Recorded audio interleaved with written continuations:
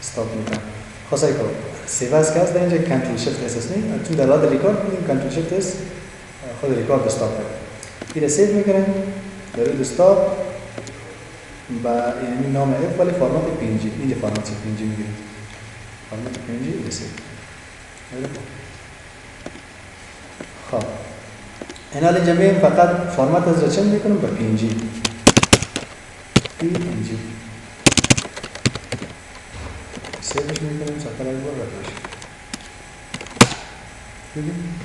خب میره یکمه که اگر میتارش رو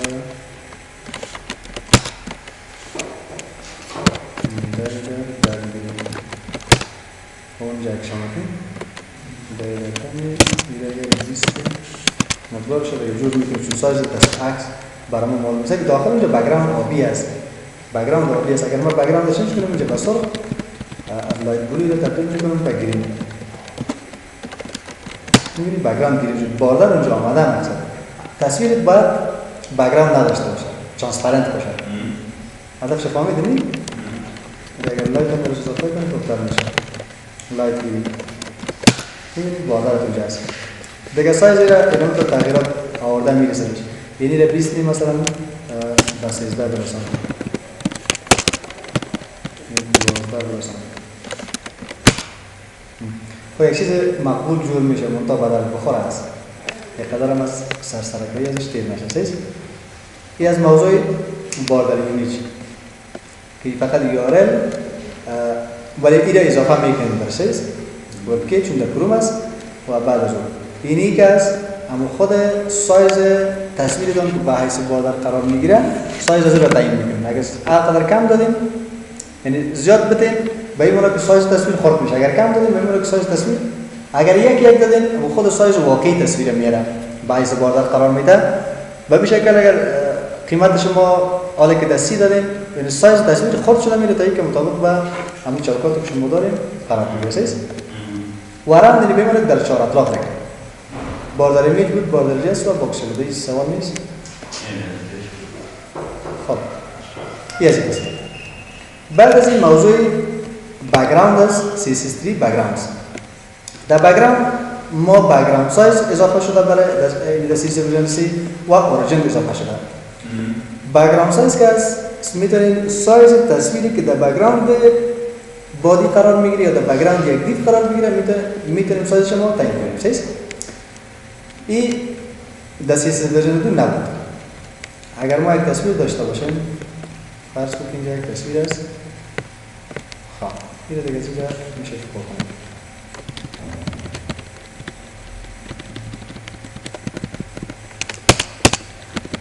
این وظیفه می‌کنیم خود دیف باشه برنامه. در بادی می‌ریم یک تصویر میاریم. خب از اینجا بک‌گراند می‌رسید. میگیم بادی رو سلکت بکن. در بادی یک بک‌گراند ایمیج بیاد. بک‌گراند ایمیج دو نقطه است. URL مشخص میکنیم. بعد از اون در اینجا مشخص میکنیم که f.jpg f.jpg سنگل کوتشن خاص بسته جان خب سنگل کوتشن سینتکسش به همون شکل است. سینتکسش به همون شکل است که باید بیه اینجا دیدیم که همون آمد نیم اگر مثلا شفت کنیم در بک‌گراند آمده ولی این ریپیت شده. لطیف میگه چطوری ریپیت شو پس کنم. خب بک‌گراند ریپیت دو نقطه نو ریپیت سیز میگیم بک‌گراند ریپیت نشه.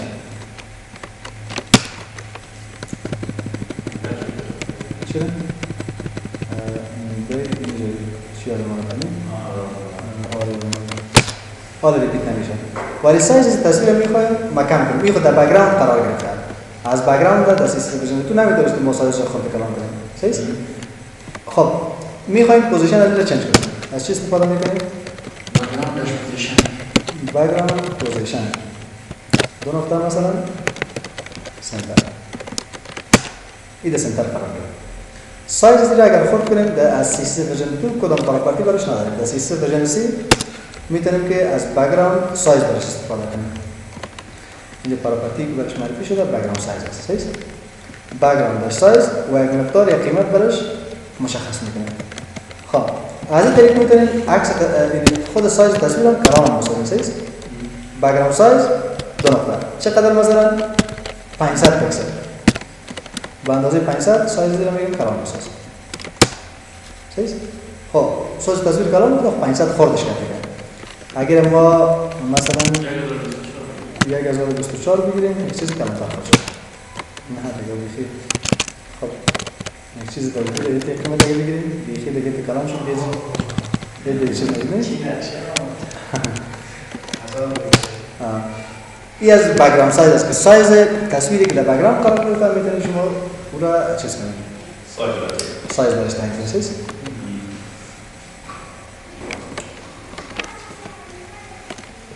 خب پراپرتی دیگه که است بک‌گراند اوریجین است بک‌گراند اوریجین چی کار میکنه میتونیم یعنی ما با عوض یک بک‌گراند دو بک‌گراند یعنی دو بک‌گراند یا 3 بک‌گراند استفاده کنیم به تصویر خود در خود اینمی چی میگن در ساحه بادی است یا ساحه دیو است در چی است میتونیم ما از دو تصویر هم استفاده کنیم یا از چندین تصویر استفاده کنیم ولی به شرطی که تصاویر یک قسمتش یعنی به شکل ترانسپرنت باشه اگر ترانسپرنت نباشه باز کار نمیکنه دیگه خب اینجا از بک‌گراند اوریجین استفاده کنه یک موضوع ولی بک‌گراند خب او که دو تصویر استفاده میکنه او به کدام شکل میشه در بک‌گراند ما یک آوردم سایز شکل است اوریجین البته کار دیگه میکنه این از اینجا با سایز شکل کمتر میکنه این صد اگر به نظر بگیریم مثلا 2000 سیز سایز کمتر شد ولی این تصویر تبدیل میکنیم به PNG چون PNG که است بک‌گراند نداره ترانسپرنت بک‌گراند نداره سیز در این داخل از میخوایم یک تصویر دیگر قرار بدیم این قسمتش میایم یک تصویر دیگر قرار بدیم فرض کنید این تصویر پیک میخوایم به داخل قرار بدیم اینجا از چی استفاده میکنیم کاما URL قوس باز single quotation peg.p.jpg is single quotation قوس بسته سیمیکالن حالا ببین اینجا دو تا بک‌گراند بندیه دو تا همتون سعی که دیگه هم باردر هم در اینجا است و دیگه هم در اونجا آمده ولی باز میشه که سایز رو خود بکنیم هدف شما این معلوم میشه باردر سیز این دو تصویر همزمان ما در بک‌گراند خود استفاده کنیم خب این کارا رو شما در فتوشاپ بکنید بعد از اون یک تصویر بیارید اینجا یعنی از این که اگر امکانات فتوشاپ نبود از اون میشه استفاده کنید بک‌گراند اوریجین که است در حقیقت یک معنا میده ما در باکس مدل خواندیم گفتیم اینی اگر یک باکس باشه سیز میتونه اون باکس مدید باشه یا هر چیز دیگه که است اگر یک رنگ داخلش داشته باشه داخل از یک رنگ سیز اینی قسمت خود همون باکس ما است خود همون تگ است یا هر تگ HTML که است از دیگه پاراگرافش است اینی قسمت که از باردرش است او قسمت باردرش است اینی باز گفتیم چیش میشه اوتلاینش میشه نیم یا اوتلاینش میشه متنی که یا موضوعی که در داخل از قرار میگیره این چیش میشه کانتنتش میشه سیز فاصله ای که از قسمت باردر تا کانتنت قرار میگیره این برش چی میگفت پدینگ برش میگفت سیز اینی فاصله ای که بین یک عنصر دیگه‌ای که در خارج از اینمی وقت قرار میگیره او را برش میگفت اینی فاصله را مارجن میگفتیم حالا اینی کانتنت که است در حقیقت در داخل اینمی باکس قرار گرفتن وقتی که ما برای این باکس یک رنگ میدیم رنگ در مجموع محیط پدینگ کلش در مجموع میگیره ولی ما میخوایم اینی ساحه که کانتنت است فقط اینمی ساحه بک‌گراندش یک رنگ دیگه شود بک‌گراند اینمی چند شود دیگرش کار نداره اینمی ساحه بک‌گراندش چند شود در این صورت باز ما از چی استفاده میکنیم از اوریجین استفاده میکنیم که تنها اونمو ساحه رنگش چند شود در غیر از وقتی که برای اینمی باکستون شما رنگ میدین کل اینمی ساحه را و شمول اینمی از در مجموع ساحه پدینگ که باردر نی ولی از طریق اوریجین میتونید فقط ساحه کانتنت تون شما برش رنگ کنید اضافه کنیم. صحیح؟ خب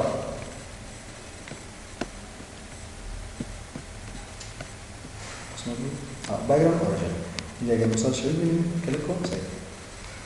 background origin content box. صحیح نی؟ content box. یک content box است، یک پدینگ است و یکی قسمت دیگه‌شون باید چه باشه؟ اینجا نوشتهش نکردم. این پدینگ باکس، بوردر باکس و کانتنت. خب ما فعلا از کانتنت باکس استفاده میکنیم. صحیح؟ این با کدام شکل این سینتکسش با کدام شکل از چه قسم استفاده میشه؟ بک‌گراند اوریجین، بعد از برش پدینگ داش باکس. صحیح؟ پدینگ باکس یعنی پدینگ باکسش با خود یک رنگ بگیره. هر رنگ هر چیزی که بهش دادی میتونی برش استفاده کنی. اینجا مثالش کار کرده، اگزمپلش میشه برش مشخص کنه. خب اینجا باید یک دیو دیگه داشته باشیم تا که داخل دیو کار کنیم. الان دیو داره فقط دیو سلکت میکنم. دیو سلکت میکنم و برای از یک باردر میکنم. باردر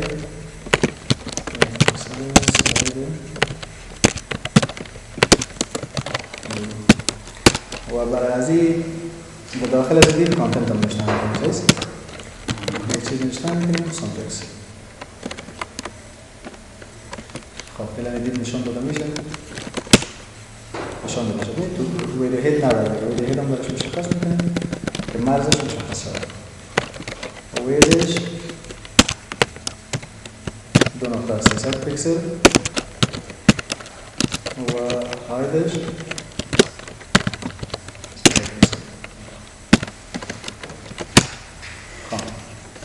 این دیگه قسمت اضافه شد. و تکست در کجا قرار گرفته؟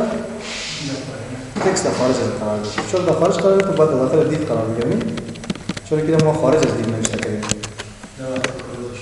این باید داخل دیو نوشته کنیم. این داخل دیو آمد کجا؟ خب این دلش نمیشه که داخل دیو برد. این داخل دیو آمد. صحیح؟ میخوایم برای از این یک پدینگ بودم که این در کجا قرار بگیره؟ در سنتر قرار بگیره. صحیح؟ چه قسم استفاده کنم برش؟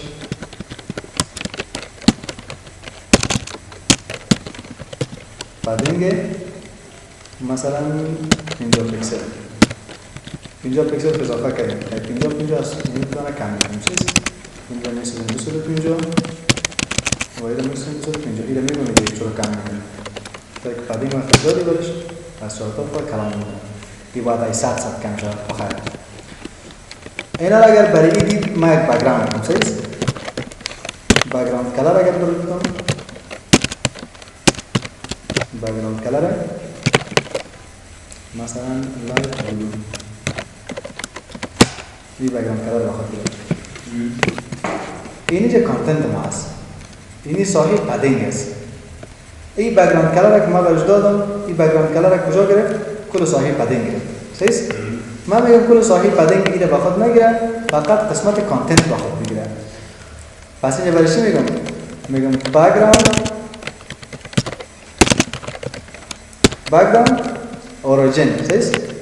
بک‌گراند اوریجین دو نقطه. اینجا برایش چی میتونیم مشخص کنیم؟ کانتنت باکس میتونیم برایش مشخص کنیم. یعنی این بک‌گراند چی با خود بگیره؟ کانتنت باکس با خود بگیره. خب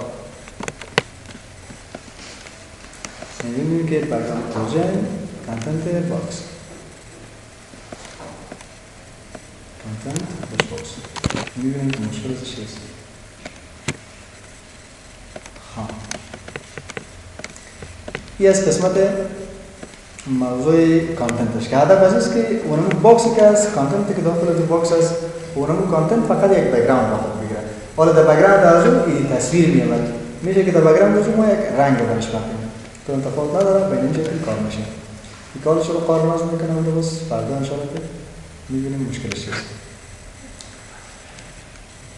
موضوع دیگه‌ایش که از خب بک‌گراند اوریجین بود و چند موضوع دیگه که در اینجا داره که خب ببینید اونا چی است. نه سکم کانتنتش بود. اگر باردرش رو بخوایم چنج کنیم، یعنی باردرش رو بخوایم رنگ به خود بگیره، یا اینمی در کل رنگی را که دادیم اون رنگ برای کانتنت نباشه، برای بک‌گراند کانتنت نباشه، برای باردر باشه، باز از باردر باکس استفاده میکنیم. خب اگر برای پدینگ بگیم باز پدینگ باکس باید نظر میگیریم. خب بیایم که این پدینگ باکس رو بلندان کنیم که چی میشه. فقط میره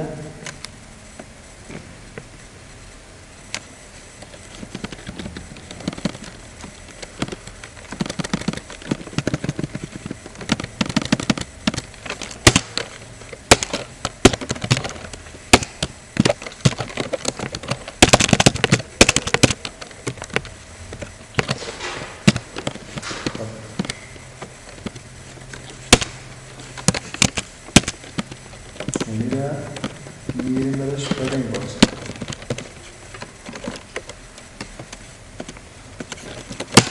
کی برای پدینگ باکس شما کار کرد؟ اگر ما مثلا رد میگیریم خب این برای چی شد؟ خب باردرش دیگه پس میکنیم.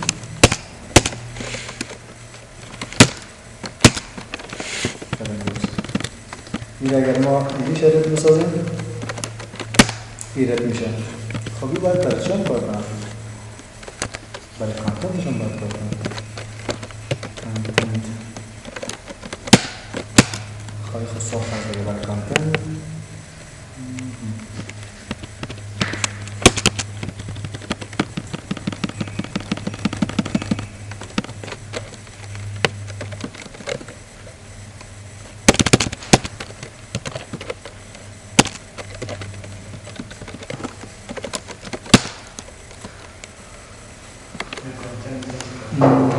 خیر هدفش است که ساحه پدینگ فهمیدیم. پدینگ کدام ساحه رو میگه؟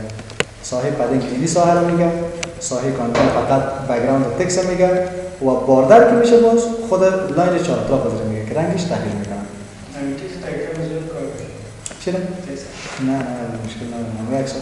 یک حرف هم باشه و یک حرف نه. حالی که حالش رو قارناز میکنه، قارنازش رو پیدا میکنه. خب این بود تا قسمت بک‌گراند. موضوع تکست افکت است که تکست افکت ما تکست شادو داشتیم نه؟ تکست شادو را کار کرده بودیم کدام تفاوت دیگه در اینجا نداره، فقط یک کمکی بعضی گپ‌های دیگه که چیزا باید کنیم. موضوع چیست؟ ورد رپ است. ورد رپ شون کدام یک زیاد جالب نیست، خوب باز می‌بینید. یعنی مثلا تکست جاستیفایر، تکست آوتلاین، تکست آوتفلو، یعنی تکست شادو، تکست رپ و ورد اینا گپ‌هایی که خیلی زیاد استفاده نمیشه. باز مثالش کار میکنه.